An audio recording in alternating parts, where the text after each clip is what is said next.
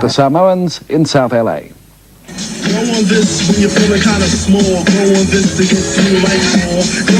They call them OGs, old gangsters, veteran street fighters with lifelong affiliations to the gangs of South LA. But what sets these old boys of LA lawlessness apart is their nationality. Peter Madness at the wheel and Mr. Lama are Samoans. Come here! L.A. In their gangstermobile, the OGs cruise the suburb of Carson, where bravado is all important. Even the hydraulic suspension is rigged to impress. But for these high rollers, life can be short. Eddie Toimalatai is 18 years old. He can speak Samoan, but street fighting is about all he knows. His leg is permanently maimed from a gunshot wound. What kind of weapons do the gangs use? Your gang, for example? 38, 22, 357, 9, AK. It's pretty heavy sort of artillery. Yeah. Carson is home to about 500 Samoan gang 100%. members. Did you catch this? 100%. Samoan. Lift up your shirt, bro. Lift up your shirt. Lift up your shirt, show your tap. Look at that. Samoan. Any other questions about our race? The streets of South LA look much the same as the streets of South Auckland, but the Samoan lifestyle here is a world apart from that of Otara or Apia. About 70,000 Samoans were lured here for the same reasons others went to New Zealand: a better education and a bigger future. Samoans who chose America over New Zealand have found a lethal difference: guns and drugs. And a land where racial tension means fighting it out in the streets. This is Scott Park. It looks tame enough, but in actual fact it's the home turf to the Scott Park Killers, one of about a dozen Samoan gangs that have carved up South LA with other ethnic groups like Filipinos, blacks, Hispanics and Tongans. And in this part of town, territory is a dead serious business. The blacks and Hispanics, they get tired to get beaten up by Samoans. Because that's all we know is fist fight.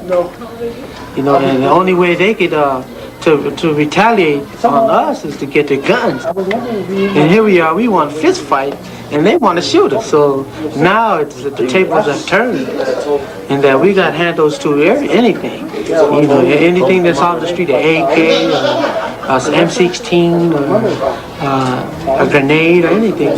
Waikiki Simi is a reformed gang member. He's seen the contrast between American and New Zealand Samoans. One of the brothers, one of the G's, that brought his cousin from New Zealand. He stayed with him for about a month. And the guy, you know, he was like shocked. Because everywhere he went, he was always dressing nice.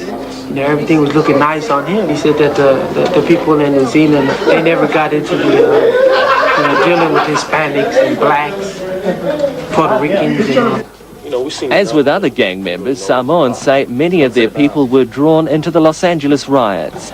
It's about the cops not being fair around here. It's just not fair nowhere. I mean, there's good cops, but there's bad ones too. A week ago, gangs officially swore a truce in South LA, declaring the police the common enemy. We found little talk of peace here.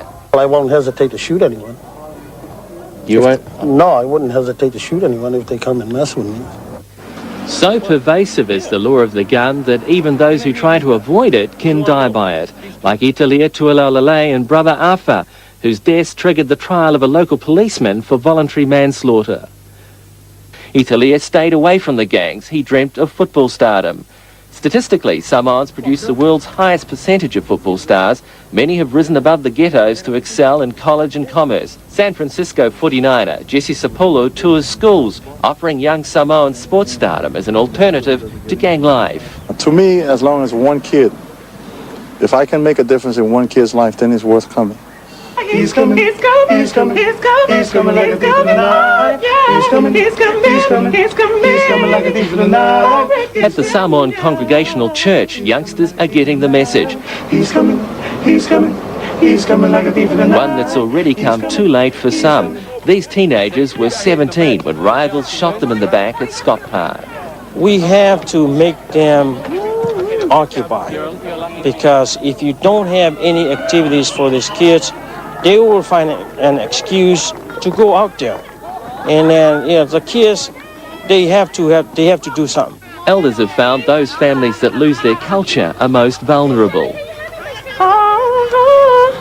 This war would die in if we don't reach out our hands to help our young brothers all across the land. We have to teach them how to love and how. Well, right now the future for the Samoan kids, they don't have a bright future because they're following the rest. Hey, you get someone get blown away at 11 years old, 12 years old. For those Samoans who escape the ghetto, the American dream awaits. For those who don't, life on the streets can be tragic. Hope for tomorrow that we all can live as one, live as one.